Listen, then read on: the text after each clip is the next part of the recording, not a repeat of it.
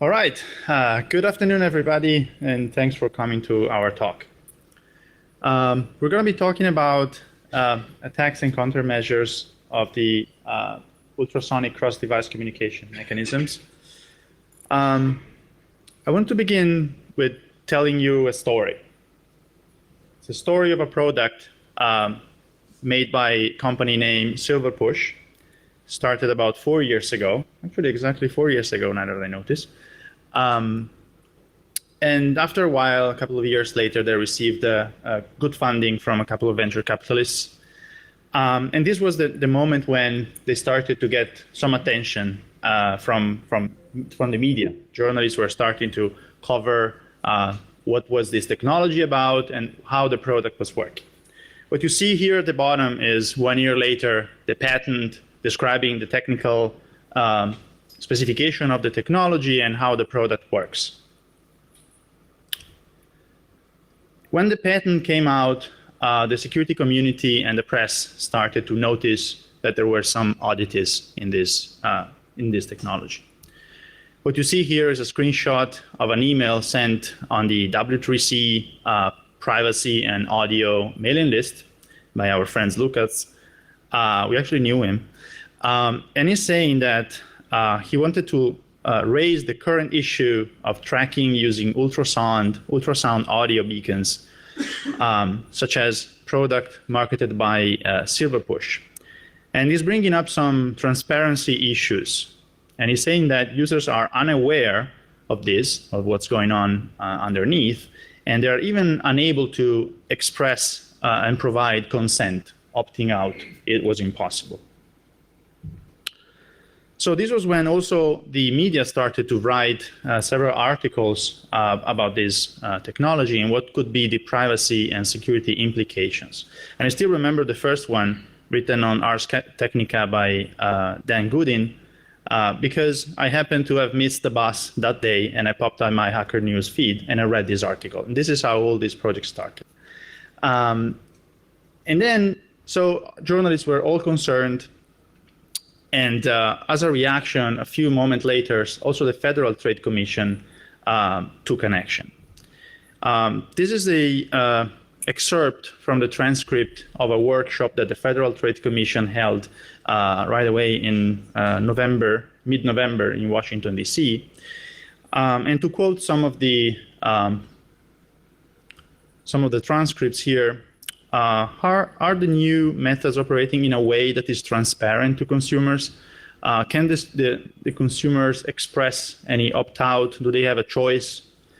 There is very little transparency here. For example, we would have to essentially find a way to make browsers essentially not emit sounds that human can hear in order to be able to do some of this stuff. So essentially, the Federal Trade Commission was also concerned about the problems of this technology. And we will see what these problems are all about in a few moments. At the point of this story is the users started to realize what was going on, the end users, I mean. And we extracted some of the most representative comments from the blog posts that we found on the net. There were some unhappy users. This guy here saying, this stuff doesn't resemble malware. It is malware. And then we have some proactive dude saying, I want an OS level option in iOS or OS X to roll off the frequencies, the frequency response in the speaker output at a frequency of my choice. 18 kilohertz or 15 kilohertz might be fine. And then we have some other funny comments saying, do they know that I turn off the sound during commercials? I know that this doesn't really sound funny because some of you might not know what's behind this, and that's what we're going to explain now. At this point, the Federal Trade Commission took a second action, stronger one. They wrote a letter to every developer that were using this technology and were publishing applications. Some of them were probably unaware of it on Google Play Store. And they say, dear sir, madam, the code included in the application that may allow third parties to monitor consumers. We recently discovered that your mobile application includes a software development kit, so a library, created by the company Silverpush that is designed that is designed to run silently in the background, even while the user is not actively using the application. And finally, Silverpush responded to all of these concerns, and they claimed that they had no active partnership in the US. What we could find was only an office in California. But they claim that after the Trade Commission took this action, they say, we're not seeking any active partnership in the US. So we all thought this was the end of it, but actually this was only the tip of the iceberg. What we found out is that there were a whole world behind this technology that was completely unexplored by the security experts. We found some sparse articles here and there, but nothing really thorough, nothing really a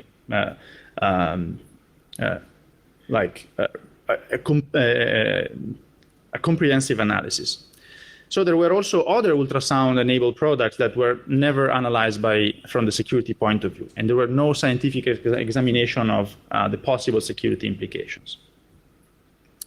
So at this point of the story, I hope that I motivated at least some of you that this was worth researching. At least me and Vasilis were persuaded enough that was worth going into. And so by now, I will start giving you some more background to tell you what ultrasound tracking really is technically. And then Vasilis will take over the floor and tell you through a demonstration how an attack can be carried out to completely de-anonymize a Tor user. And then we will explain what are the reasons behind this, why this technology were failing so much. And then we will give you our security response to the problems. So starting off with the ecosystem, before we can talk about ultrasound-enabled tracking, first I need to tell you something about cross-device tracking without ultrasound. Generally, cross-device tracking has several applications, such as proximity marketing, etc. But let's dig into the details so you understand immediately. So cross-device tracking, or XDT, you can think of it as a way to correlate all the devices that you own, essentially. So through an example, let's suppose that our friend John is watching TV, and there is an ad going on TV. And after a while, John opens his cell phone to browse on the web. And all of a sudden, the advertisers who know that John has just watched that TV show or that TV advertisement, they show relevant content on the web, relevant to what has just been appeared on TV. So this sounds, amazing from the point of view of the marketers. This is the holy grail. This is what the marketers would really like to do. Wherever you turn your site, you will have something relevant to what you have just watched at home or on your phone, right? So this technology, regardless of the use of ultrasounds that we haven't introduced yet, this technology is used by major advertisement networks in different ways, depending on the implementation. We can divide between deterministic ones and probabilistic ones. So as you can imagine, the problem that they have to solve is how do we determine that two devices are owned by the same user? So the most basic one that we can explain is the deterministic one.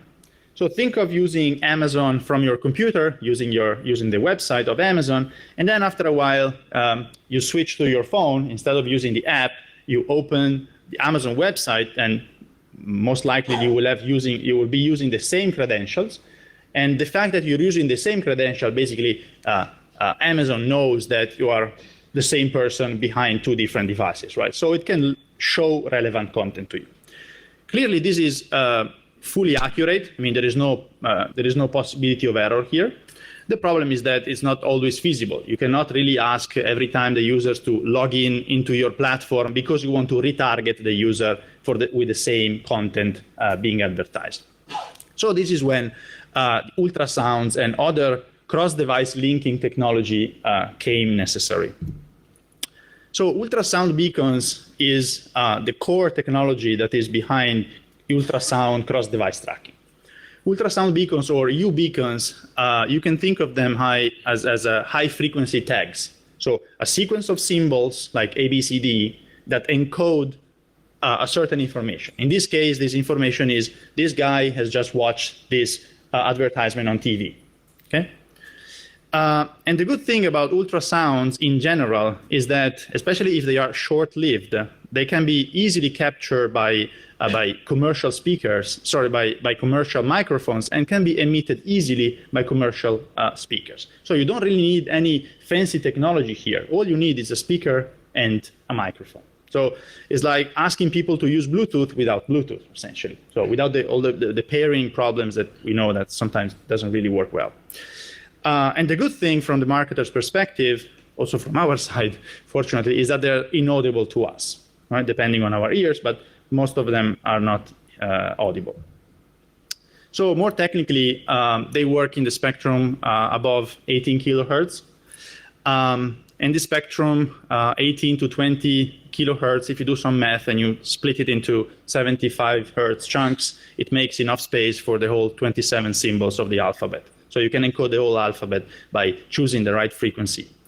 And by emitting these peaks at these frequencies, you can send essentially a message. And in this case, we are sending the AHLSU message, which means, I don't know, a certain advertisement campaign. The duration is pretty short, a few seconds. And there is no real standard here. There is no agreement on how content should be encoded, how symbols should be encoded. It's all up to the developer. So you can come up with your encoding, which might be more efficient than this, and use it. There is no regulation of any sorts. There are lots of patents, but nothing is really made it to the standards yet.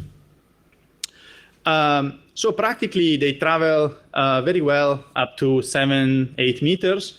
They cannot really go through obstacles such as thick walls. But as I say, they work very well with commercial speakers. Unfortunately, they are audible by Lara, our research assistant, who has helped us in a very significant way throughout this research. You will see by the end.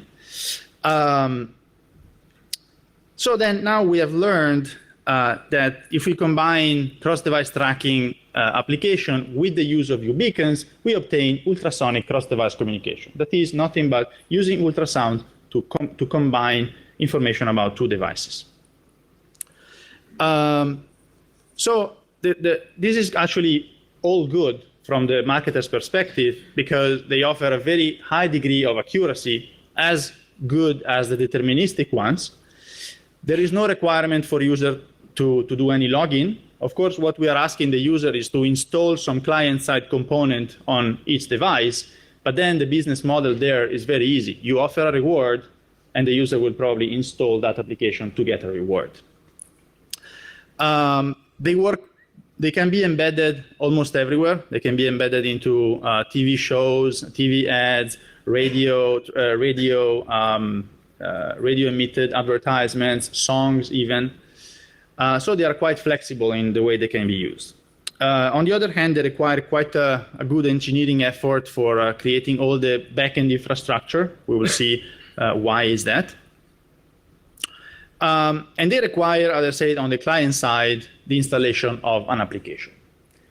From the development point of view, it is nothing different from installing a simple advertisement library. So if you are familiar with advertisement library in Android, you simply have to drop a library into your application and load the class, and then you're good to go.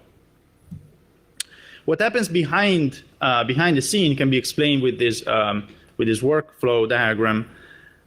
So what we need is an advertising client, of course. You can think about McDonald's. We found the application of McDonald's in the Philippines making use of this technology. You can think of Starbucks, any good brand who wants to use this technology. Then we need a service provider, in this case, Silverpush or any other service provider offering this technology. So the advertisement client goes to the provider and say, I want to run a campaign. So they create a beacon. That beacon identifies uniquely that campaign.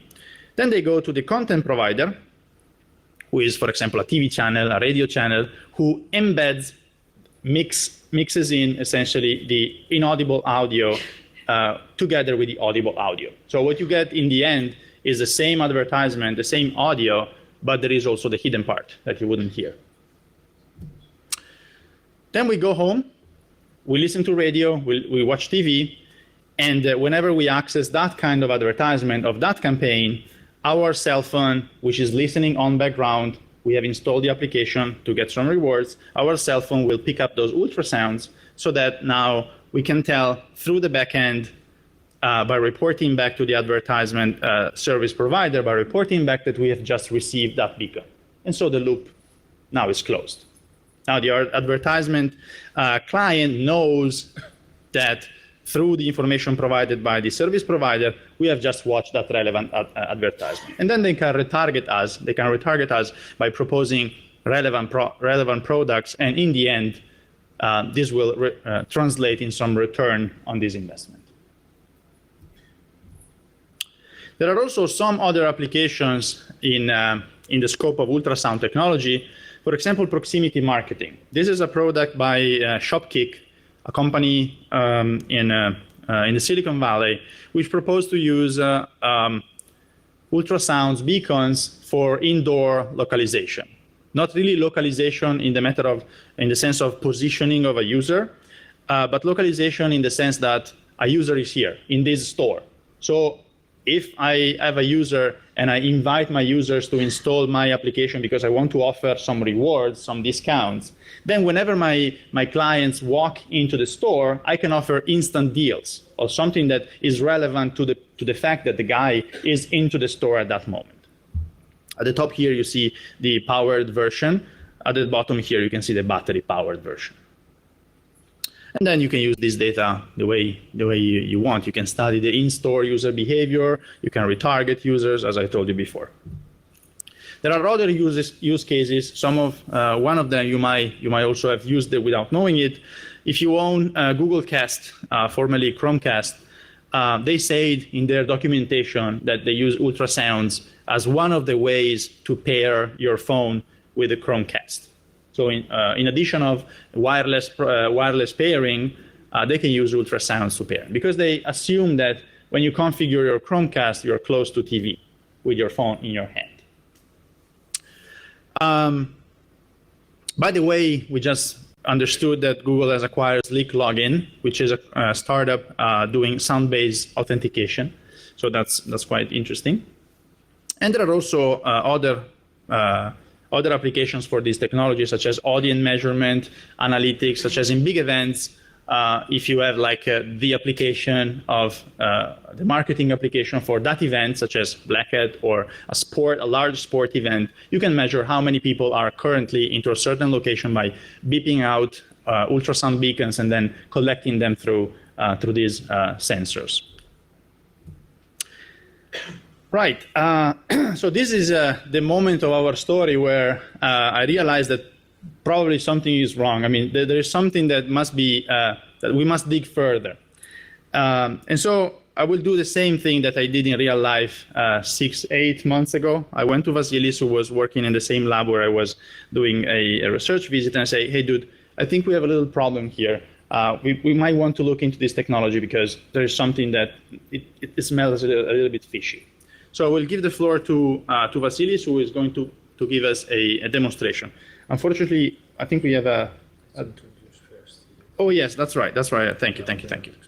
So Vasilis, at that point, was a PhD student. Now he's a PhD student at UCL. But when I met him, we were both at UCSB together with Xuan Hao, Yannick Fratantonio, and of course the advisors, Chris Krugel and Giovanni Vigna. And he was working on privacy. So I thought, this is the right guy for this project, and so we started to collaborate on this. So without further ado, demonstration time. So, hello everyone. Now that we have a good understanding of how the whole ecosystem works, I'm gonna immediately go ahead and demonstrate one of our attacks, because I assume that some of you may have already started imagining how this can be exploited. So the ingredients for this attack, we need basically a victim with a computer that has speakers and a Tor browser. And we also need a victim, the same victim, to have a smartphone that features an ultrasound cross-device tracking enabled app. So any app with a framework doing cross-device tracking. And we also need a state-level adversary. I will explain this further a bit later. So in order to better understand what's going on our demo, we came up with a little story. So we assume that there is a whistleblower that wants to leak some documents to a journalist. However, the whistleblower doesn't know that the journalist secretly works with a repressive government and intends to de-anonymize him. So what the journalist does is that he asks the whistleblower to upload the documents through a Tor hidden service that he owns, claiming that you're going to be safe, you're going to use Tor, and I won't be able to know your identity. So the whistleblower believes what the journalist says, and he fires up Tor and loads the page. So there is a small lie on this slide, and this is the part that the demo is live. So apparently the network here doesn't like Tor very much. So we have the fallback plan of a video that we're going to show you, and I'm going to explain what's going on there. I mean, we're brave, but not that brave.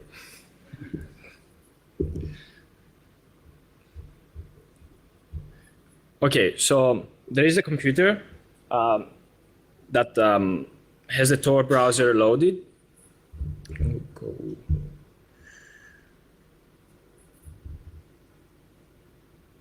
It's okay. You want to zoom in? No, I'll just make it full screen, maybe from here. Yeah, okay. So there is a phone, and the computer is running Tor browser, latest version, and there is the phone. So for this specific demo, we used the Silverpush demo app just to be able to show you something on the smartphone, but normally you wouldn't be able to see anything there. So what happens here is just the app now loaded, but it's still not listening. So we'll press the button to make it listening.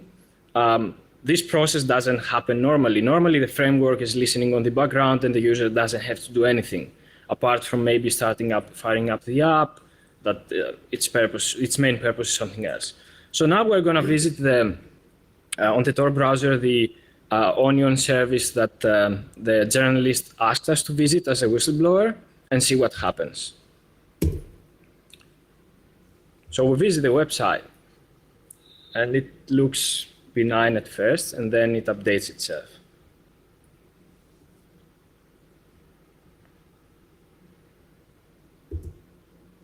Okay, so what we have here is basically the website updated, and it contains basically lots of private information about us. So essentially, we can see on top the Google account email address, the IP address that the smartphone has, the phone number, the Android ID.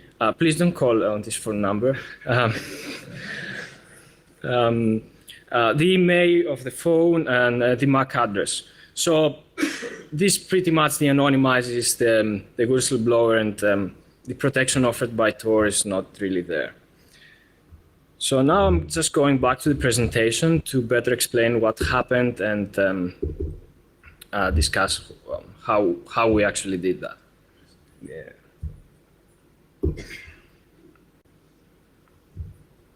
Before that, I would like to introduce 3 tools that the attacker has at his disposal, and he can use them, combine them to do more complex attacks. So the first one is a beacon trap. This is my favorite, and beacon trap is pretty simple in principle. So it's basically a code snippet that, when loaded, reproduces one or more inaudible beacons that the attacker has chosen. So this by itself, it's not a big deal. However, what the adversary can do is that he can attach this code snippet to a resource that the victim is interested in. So in the first case, and this is what we saw on the demo, this web page can be a benign-looking web page that the journalist is going to lure the whistleblower to visit. However, this can be a completely benign website that has no idea about the attacker and simply has a stored cross-site scripting vulnerability that the adversary is going to exploit. Or the adversary can mount basically a man-in-the-middle attack and just drop this snippet on plain text traffic that he observes. Or he can record the message and incorporate this a pre-recorded beacon in this message. So when the victim plays it, the beacon is emitted as well. The common factor in all these cases is that the framework on the mobile device has no way of knowing where this beacon is coming from. So what's happening is basically the beacon is emitted by the laptop or the other device. The framework is picking it up, but it can't really tell if it's coming from an advertiser or an adversary. So it looks the same to the framework. And this enables the attacker to also do some other things. One of them is beacon injection. Basically, the attacker is able to push beacons in the frameworks running on the victim's devices, and then the devices are going to handle them as normal beacons, so they are going to push them back to the backend, as Federico explained previously. So what could happen is that an adversary can walk with his smartphone on a popular store on rush hour, and then through his smartphone speakers, he may emit some ultrasound beacons, and then all customers who run cross-device tracking frameworks with ultrasounds on their devices will pick them up and report them back to the company's backend.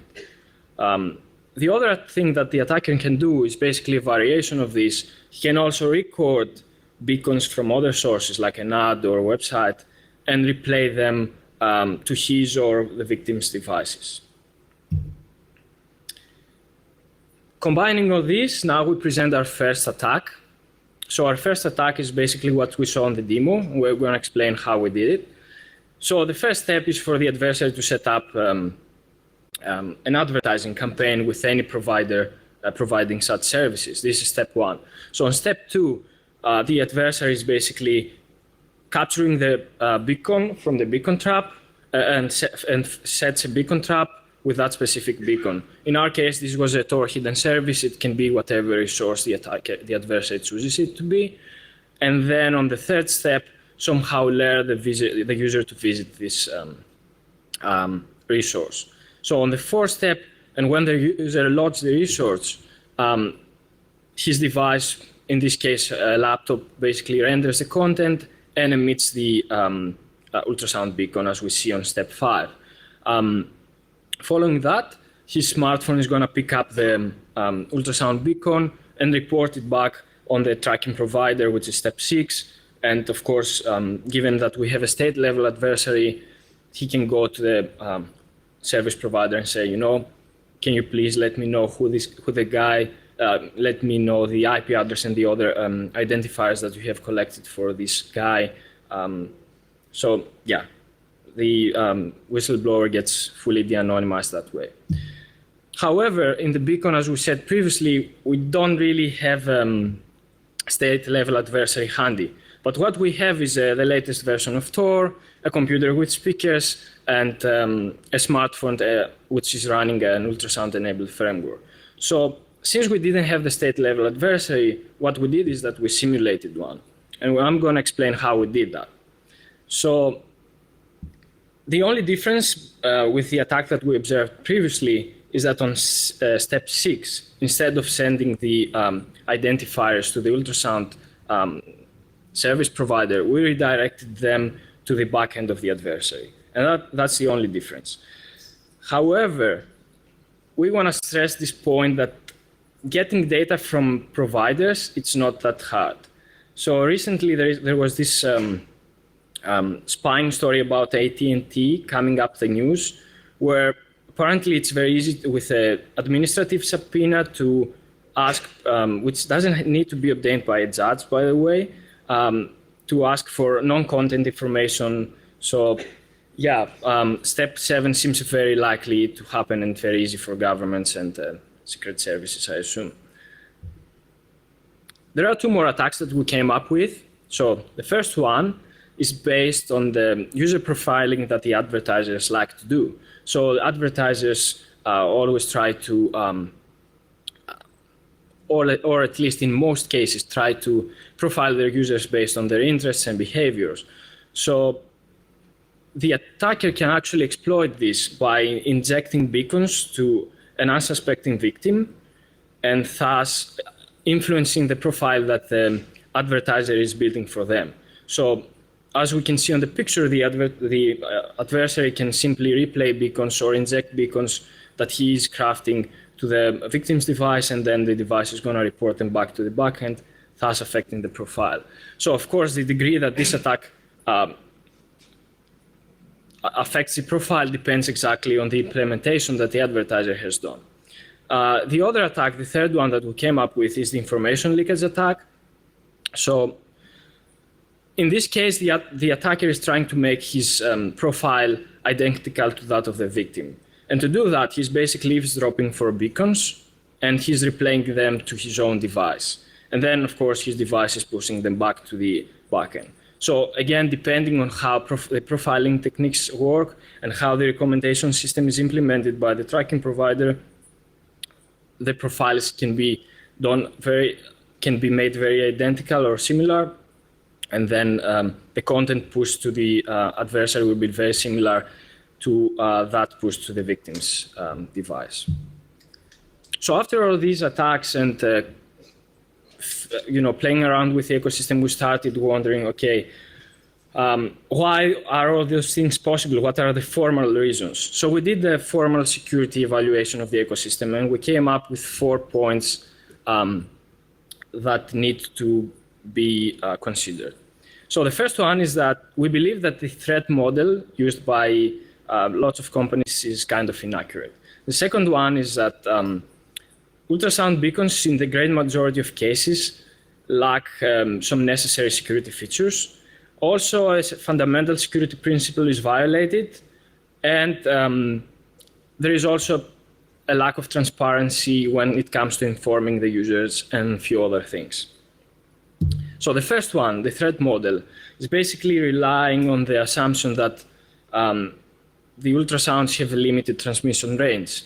So, and also assumes that the attacker has no physical proximity to the victim, and the attacker is not able to capture and replay beacons.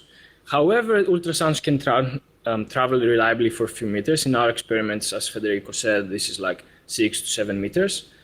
And there are other ways to get virtually close to the victim, such as beacon traps that we introduced previously. The second area that we would like to point out is the lack of authentication and encryption capabilities of few beacons. So this is mainly associated with the use cases that beacons are used in. So the ultrasound channel has relatively low bandwidth. That's one thing. The users are available for a limited time. So when you walk in a supermarket, you don't want to stand on a specific. You are not going to stand on a specific location for very long. So the advertisers have a limited time to push things into your phone. Plus, public places are usually noisy, thus increasing the transmission errors. All these result in a lack of authentication and encryption capabilities, thus enabling replay and injection attacks. The third problem that we observed is the violation of the principle of least privilege. So what's happening is that currently all the ultrasound-based applications need to have full access to the microphone.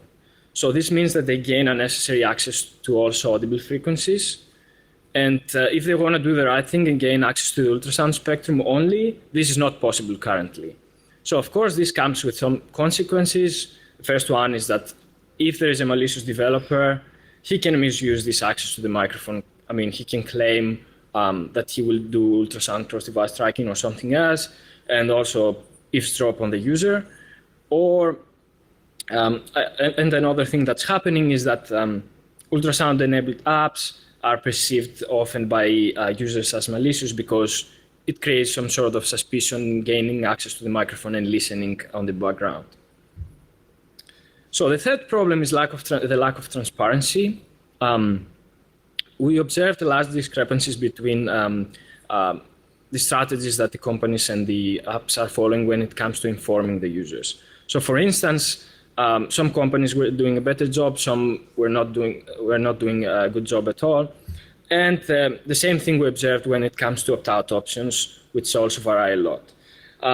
It's also interesting here that framework developers are in a strange position because they advise their customers who want to embed the framework on their applications to follow proper practices, but there is no much, they don't do much to enforce them into using proper practices.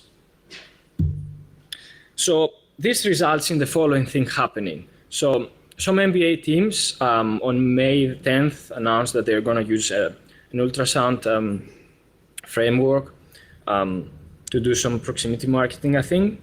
So this was the 10th of May, and later in August, they got sued, both the app developer and the company. What's interesting in this story is that in the complaint, the user acknowledges the fact that the app is asking for permission to access the microphone. However, what it says is that they are not given enough information to understand what's the reason for this request. So this goes back to transparency and, of course, over-privileging users. And then other case here, July 19th, start using the framework, and then users are filing a lawsuit complaining that they systematically intercept consumers' oral communications. Apparently, according to the lawsuit, at least, the app was listening to the microphone for all the users, regardless of where they were in the church or the home or work.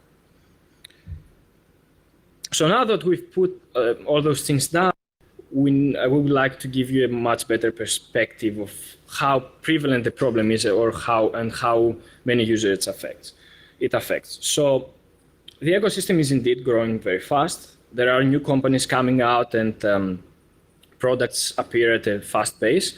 However, the good news is that we believe that a relatively low number of users is affected at this point.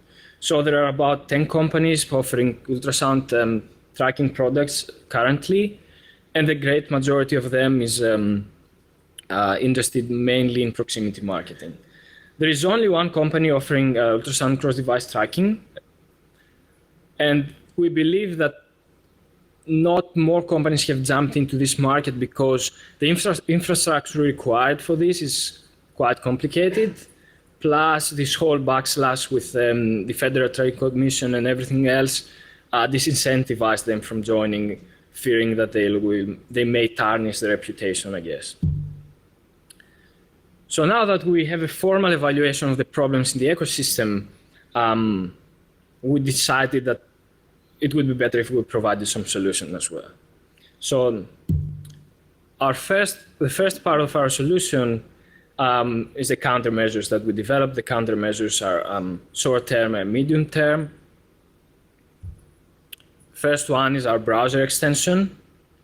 Browser extension works on Chrome. What it does is basically filters all audio sources and removes ultrasound beacons before they are emitted by the speakers of the device. It uses the web audio API provided by HTML5. It's a simple high cell filter that attenuates all frequencies above 18 kilohertz. And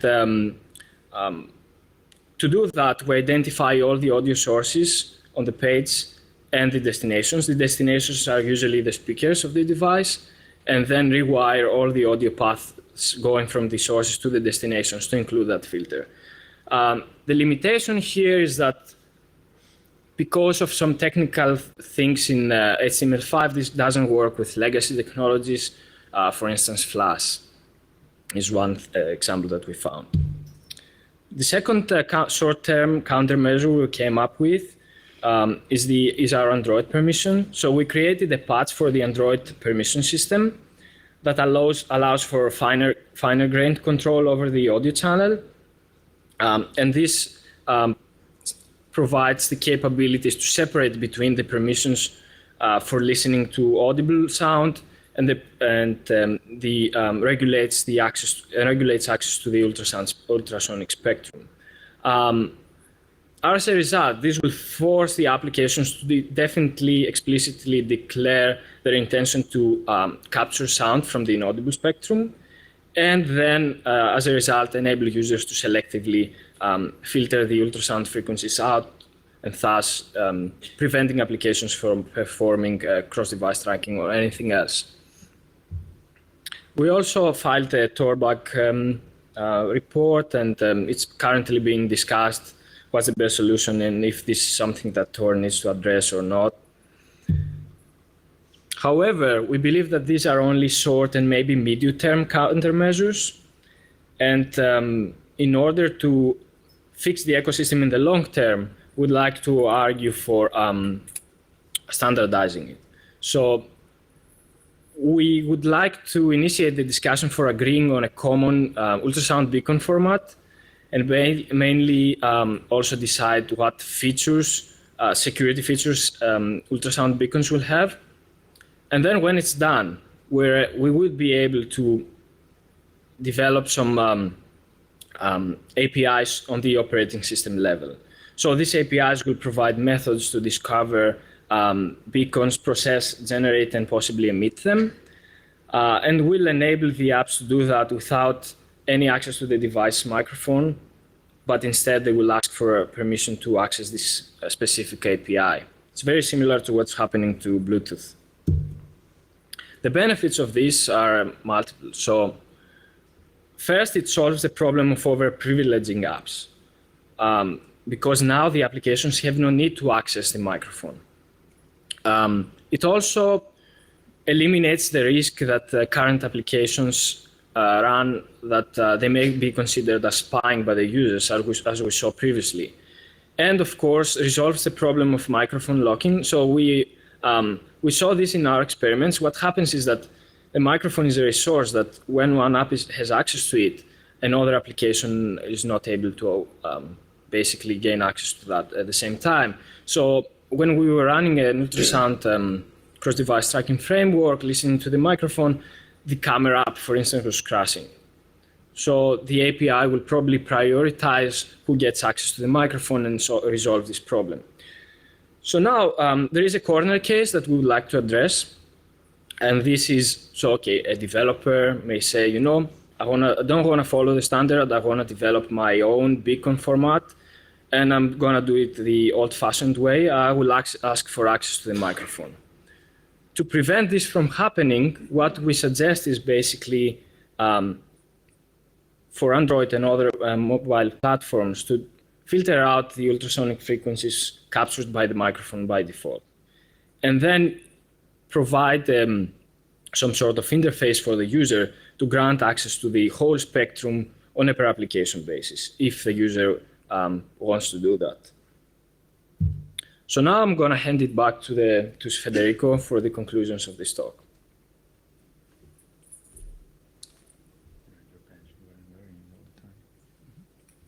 Thank you, Vasilis. And so we've learned what cross-device tracking is. We've learned what ultrasound cross-device tracking is. We've also seen how by reversing some apps by some reversing work that we did, we learned how this was implemented in real-world apps. And then we gave you a list of the shortcomings that we have found. Also, Vasilis gave you a demo on how this technology can be abused by a state-level attacker to de-anonymize, like whistleblower, for example, or any other user using Tor. And we have seen that the key technology, the key problem here is that the attacker was able to get virtually close to the victim by simply uploading a malicious banner or a malicious multimedia resource on a page, emitting the ultrasounds that would have been picked up from the phone. And then we gave you an overview of all the countermeasures that we provide. And hopefully, we will be able, with this talk and with the media attention that we received so far, to start a discussion, a long-term discussion. We think will take a few years to get implemented, hopefully, on the problem of how can we get to standardize ultrasounds in the same way we have Bluetooth, for instance. If you can think, I like the analogy of the allocation of radio frequencies. Like if you want to use a certain channel in a radio, a certain frequency you want to transmit and receive in that frequency, at least you want to receive a license for it. At least you need to inform the authorities that you are using that frequency. And all the applications that are using the radio spectrum have to be certified, have to go through a series of inspections. We would like ultrasounds, if they are really going to become the next main proximity communication technology, we would like them to go through all these standardization steps. We think this is a step one, where step zero is we have to make the decision makers and the policy makers aware of what are the privacy and security implications of this technology. But there's more to do. I mean, after that, I say this is step zero and step one. There's more to do. Step two is that the developers should start becoming aware of this and explicitly notify when they're implementing an app that uses ultrasounds, or when they are incorporating a framework that uses ultrasound cross-device tracking technology to inform the users about what's going on underneath. For example, by analyzing some of the apps that we found on the Play Store, I mean, the results were mixed. We found some applications that were informing the users about it, and we also found some applications making no mention, absolutely no mention about what was going on. We are not sure, but maybe some developers could have just incorporated the framework thinking of like being unaware of this and simply thinking it as a simple advertising framework that uses a new technology. So they were unaware of all the security implications. The best would be if the developers offer an opt-out, or better, an opt-in solution so that the users can decide whether or not they want to continue using this technology, or from some point on they say, I don't want to use this anymore, and switch off the capturing of ultrasounds. So here, of course, there is a conflict of interest, really. Like in any other advertisement library, there is a balance between how much advertisement you want to show and how much you want to guarantee some level of privacy for the users. So here there is a very delicate balance between these two issues that, of course, the developer has to take a decision on it.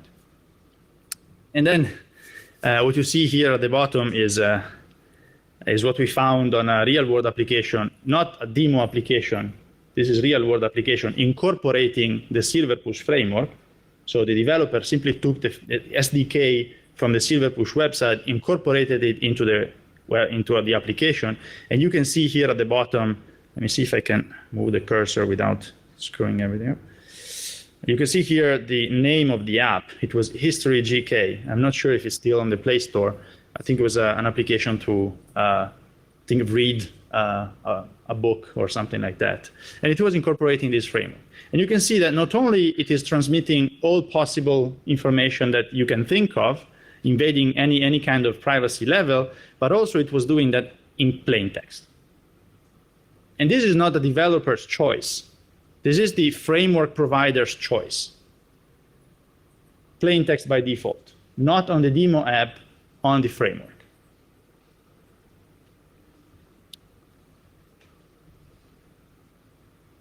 So the other step is that framework providers, such as Silverpush and the one that will come next, hopefully, we'll have to be aware of, is that they have, instead of not enforcing security practices, such as in this case, they will have to embed technical mechanisms to, I would say, forcefully inform the users about what's going on.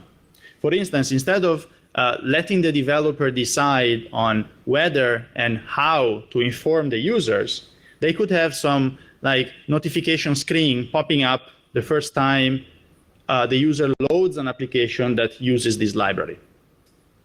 I'm not sure how this could be implemented in Android, but there must be a way using a library, a framework, that when it's loaded in an application for the first time, you can show up a pop-up saying, hey, this application is using add library, blah, blah, blah, which is using ultrasounds. If you want to know more, go here. If you want to disable this, simply hit disable, something like this.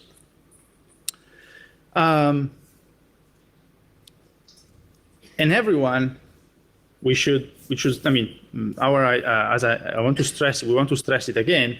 What everyone should do is to contribute, if you want, to this standardization of beacons, so that hopefully we will see in a couple of years, or maybe earlier, we will see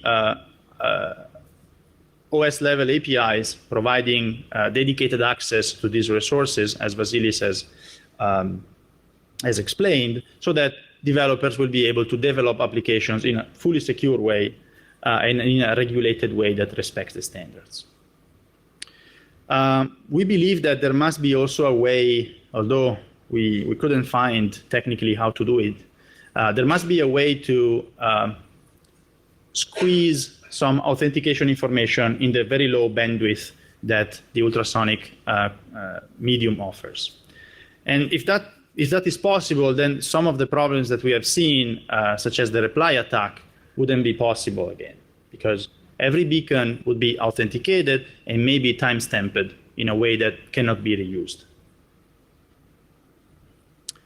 So with this, we would like to conclude, and what you can see here is, again, our research assistant, Lara, who played a key role in our experiments. I think we have a demo of her moving her here like that when we were doing experiments. So if there are any questions, we are super happy to answer them even now or after the end of this talk. We also set up a reference website that hosts all the information that is useful for anyone who is curious about this project, and for also the media who came to us from various sources asking us several questions. We are trying to maintain a list of frequently asked questions. So if you have questions, there is a button on the website that you can use to submit a question, and we will try to answer them. So if you want to join us in this effort to secure ultrasound-based cross-device communication techniques, go on ubixec.org. Thank you.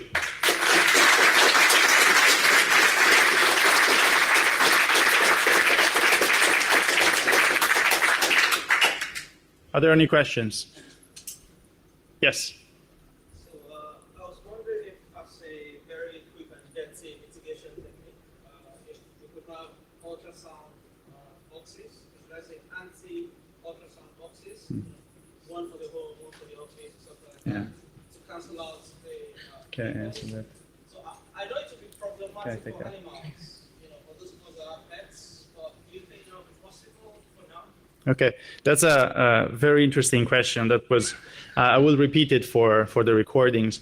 Our friend here is asking if there is the possibility of implementing a anti-ultrasound box that I can keep next to me nearby my office, or into my office, or in my pocket, that is kind of listening to any ultrasound beacons in the air and emitting counter ultrasound so that to neutralize the receival of ultrasound beacons. Is that what you were asking? This was one of the first ideas that we came up with, and this would have been our shortest term solution. So give you a device that you can keep next to you. But actually there is a problem in the physics of the ultrasound waves. When you go to very short wavelengths, since they are propagating in a real, in a non-vacuumed space, what happens is that it is very hard to record the ultrasound and at the same time being able to counter ultrasound, to counter effect that ultrasound. And actually what you come up with is that you can have some diffraction between the waves and actually mix up your counter wave with the original wave, and so amplify the ultrasound, the resulting ultrasound. That's why if you have like headphones from Bose, noise canceling ones, they cannot really filter high frequency noises. That's why they have all the physical material to try to filter them. They work very well with the long waves because they have all the time to synchronize to the wave. But that's a very, very interesting solution. Yeah, we have one from Marco. Yeah, I was just wondering whether, as a care, I could hide kind of states, graphically hide the I'm going to transmit into a normal frequency, low frequency, audible frequency. That's interesting. Do like with images. That's interesting. Yeah, like sound stenography. Yeah, exactly. So the question is basically if those attacks can be implemented without actually using the ultrasound spectrum, but in the audible frequency spectrum, right? So it's definitely possible. And actually there are companies that are doing cross-device tracking and offering similar services within the audible spectrum, using multiple techniques different with each other and usually patented. So it's definitely possible, and this is kind of harder to deal with. But from our research, it seems that it's a less populated ecosystem compared to the ultrasound one. But nevertheless, it's absolutely a very possible thing to do. There's earlier talk about the gases that government's buying system for IS, basically record everything, including microphones.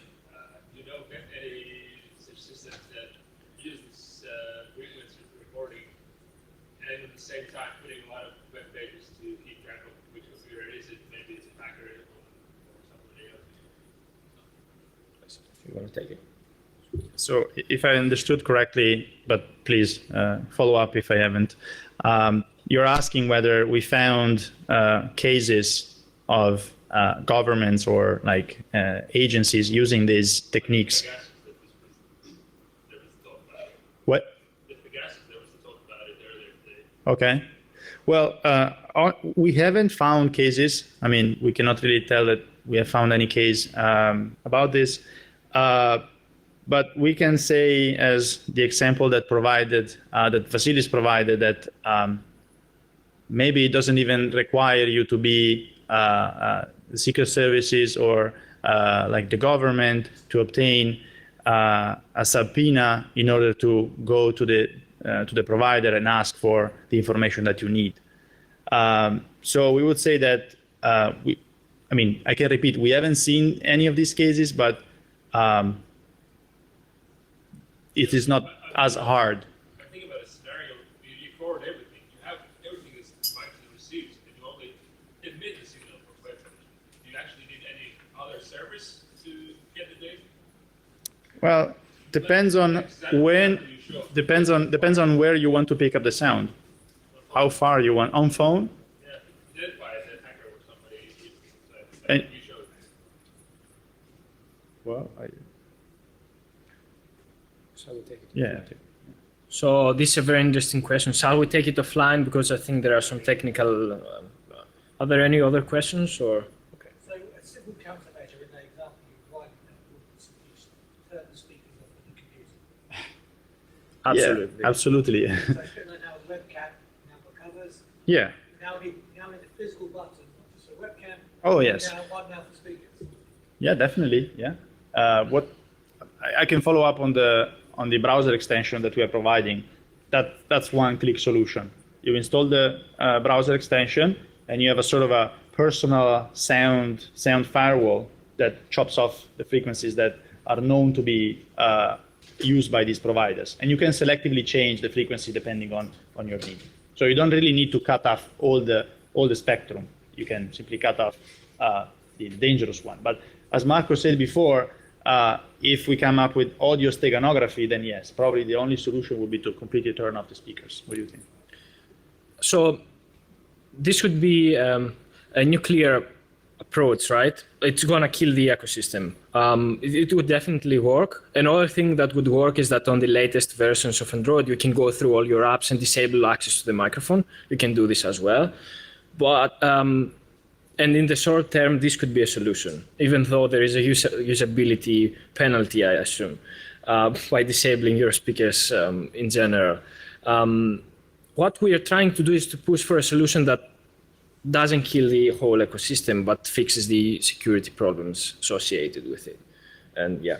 There are good cases, good use cases for the ecosystem. I mean, it's okay to have a better way to advertise products. We understand this, and but yeah, if we kill the ecosystem, that's never going to happen.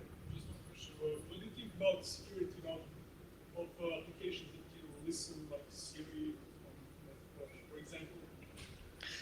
So we got this question also from some journalists, and I really don't know. I mean, it's very hard to convince people. We saw this also in this case, that you're using the microphone, but you're not really listening, right? It's counterintuitive, and I think I trust them, but you never know. Like,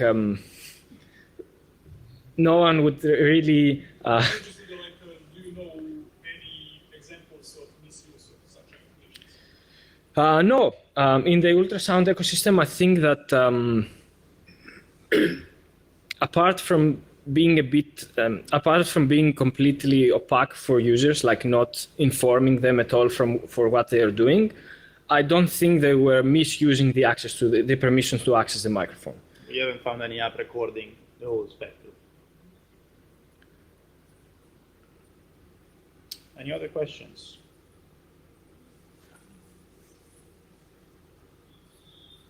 Well, thanks a lot. Oh, there's one. Okay. Sorry, stop. How many did you found? You want to say this? So this is a tough question, because we weren't able to, you don't know all the frameworks. The advertisers are kind of secretive with the frameworks. They don't provide it openly on the web. So I think there are references that there were around 70 apps, 67, I think, something like this. Yeah. The number is kind of unknown, I would say, because after the whole backslash, many developers basically remove the framework out of fear for their users. So it's currently fluctuating, right? So Can you say about the number of users who might have downloaded these apps?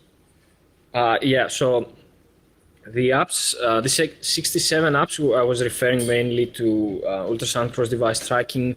The users were nearly a few millions, I would say. Yeah, a few millions. According to Google metadata, a few million users might have downloaded these applications. But the proximity marketing apps have way more users. I have no way to see if it's You will have to scan the entire Play Store, download all of them, and see if you find evidence of the SDK that we mentioned. So it's doable, definitely. Yeah, not trivial. I mean, it's a Google question. I mean, it's for Google.